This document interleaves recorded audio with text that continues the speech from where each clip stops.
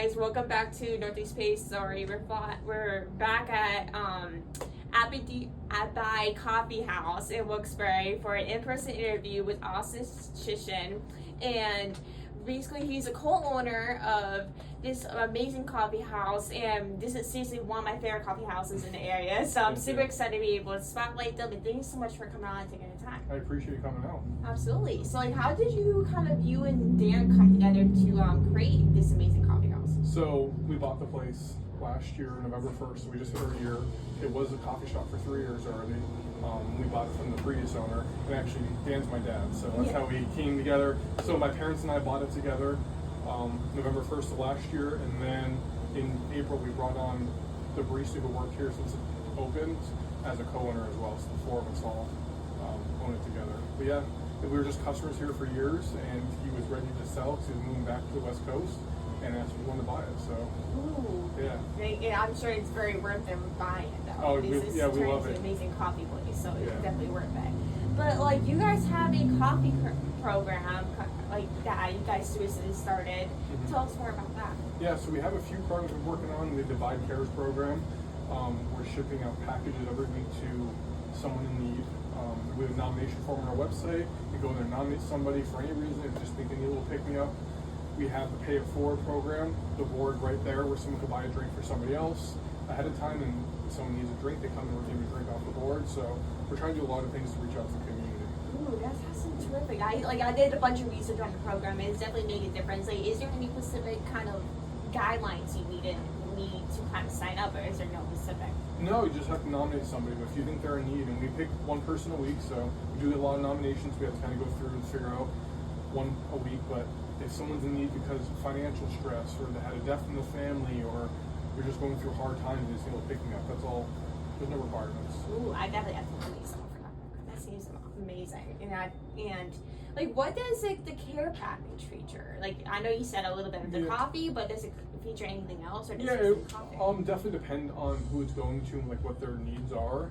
But we have coffee, tea, chai, some snacks in there, sometimes apparel. It really depends on who it's going out to and how much details you know about that person.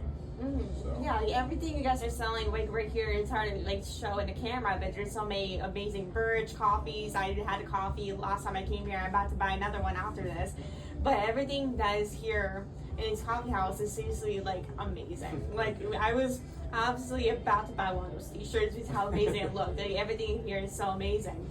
But when you guys started this coffee house, what did you guys have any expectations when you guys bought this place?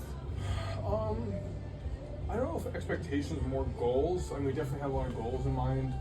When we bought the place, it was open 7:45 to 1, so we knew over time we wanted to expand our hours, and we just finished expanding to what we think we're going to max out at, because we just added on Sundays as well. So now we're open 7 to 7 Monday through Friday, 8 to 4 on the weekends.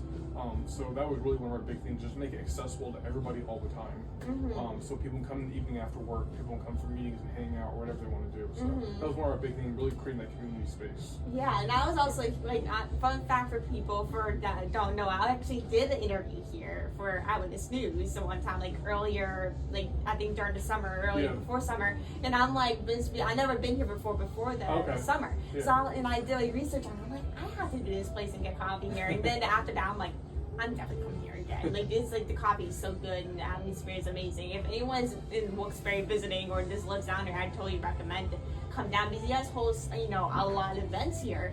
And so what type of events do you guys have, and how do you to bring the people together? Yeah, so we have about 30 events a month, almost an event a day, whether that's a pop-up shop or something else. So we have poetry nights, we have family game nights, we have worship nights where there's Christian music groups that come in and play. We have trivia nights, we have pop-up shops almost every Friday and Saturday, so when a business will come in, the pop-up shop. Actually, this weekend we have a plant swap, so once every month or two, people come in and swap plant clippings and stuff like that. And we're really down to have an event for almost anything. If there's a suggestion people want to bring people together for, we can do it. It's really not that, we just want to create that space again to bring people around and give them a place they can feel comfortable at. Yeah, because every time I'm literally scrolling through Facebook or Instagram, I'm like, oh my gosh, you're having an event every single day, which is terrific. Because I know, because I basically in Northeast PA, everyone loves to go out and do something fun. And I know with poetry nights and having maybe some singer-songwriters come in, I know you guys have recently had a guy that came in and sang a little couple of music. David Cupano, yeah. Yeah, and so it's just amazing atmosphere. Because I know people love to go out and enjoy some music, have fun, and do something. Because I know with COVID, it really stopped having to have that in-person reaction and talking to people, meeting new people, and having fun. So that's something people can really usually enjoy, just having fun and getting out and doing something fun like the events you have here. But how did I know a couple months ago you guys experienced a flood. I know me and you were talking about this earlier, but like how did the community kind of come out and support you guys when you guys opened? Yeah. So immediately when we flooded, we had a bunch of people reaching out. We had other businesses reaching out. Actually, for Coffeehouse, down the road, they reached out. They did a fundraiser for us. We had a bunch of other people just donate money. A lot of people bought gift cards. Luckily, because we have insurance, it will cover all that eventually. So any of the money that we had donated, we actually gave to our employees, because our employees were out of the job for 2 months. So we were able to take any donations we got and distribute to our employees, so they had some money to hold them over until we reopened. And then we had a pop-up shop trying to just sell some bags. Like, we couldn't sell drinks at the time, but we were able to sell some of our bagged items and apparel, and we had a huge turnout from the community. And it just helped us pay our bills for a little bit, but it was great. And then when we reopened, the support was phenomenal. Yeah, like I saw on Facebook that a lot of people came out and supported. And I remember seeing the thing on Facebook, like you guys said earlier, I was like, there's no way. Like, this is flood. This coffee house, like, I know a lot of people love this coffee house. I know a lot of people were so upset that this coffee house got flooded because it's such amazing. I know with King's College and Wilkes around this area, so I know a lot of college students love to come here and get coffee. And with me being a high school student, plus I love coffee, so anytime I get to drink coffee near me, it's an amazing opportunity. But how did you guys kind of rebuild the coffee house ever since you guys got flooded? I know you guys got a new flooring, add a bunch of things. Yeah, so we took the time. I mean, we were closed. We were hoping it was to be 2 months, but ended up being pretty long.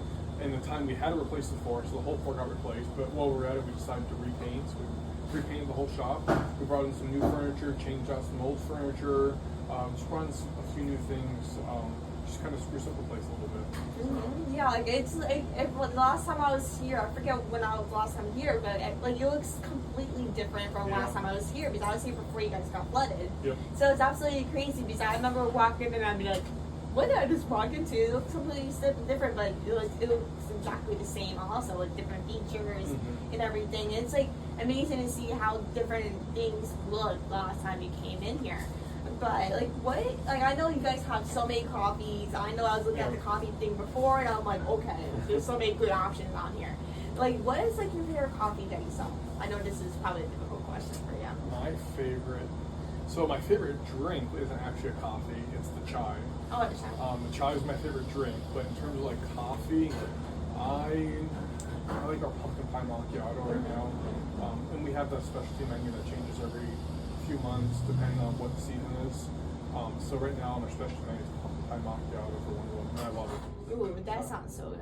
But did you guys just do it for how long, for the fall season? Yes, that was our fall menu, and then on Black Friday our menu is going to change to the holiday menu, and then on New Year's Day we have the winter menu, and then we're already going into February, which comes out our Girl Scout cookie menu. So yeah, we change the menu, and after that we spring and we'll cycle through. So yeah, we change it.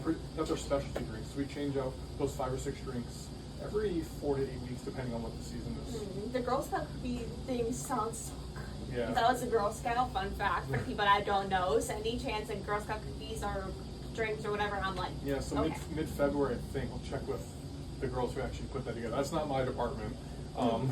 There's other people that do that a lot better than I do. So they'll figure out all that menu, but it'll be a whole menu just based off Girl Scout cookies. Ooh, I definitely have to keep the track on that, because that seems something I love. So I have to keep track of when it's coming out.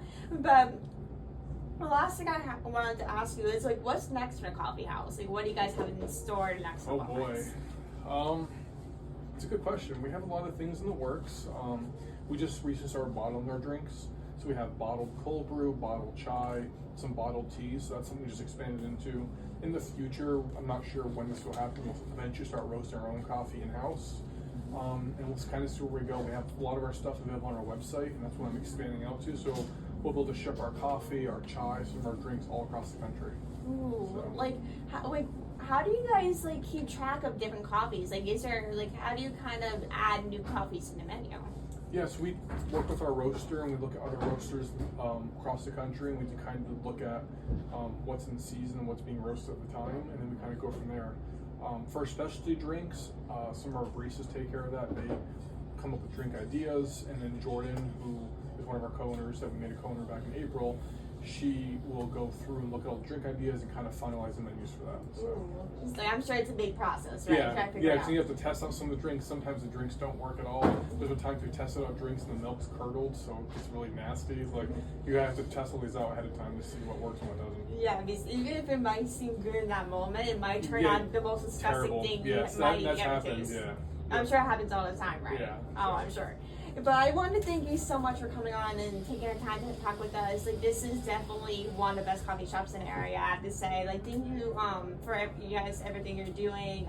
It's much appreciated. And make sure everyone to come check out the Coffeehouse in Wilkes-Barre. It's definitely will be worth their time. Trust me, I love this place, and it's definitely a great atmosphere and an amazing place and atmosphere. And thank you so much, Austin, for taking the time. Thanks for coming out. I appreciate it. Absolutely.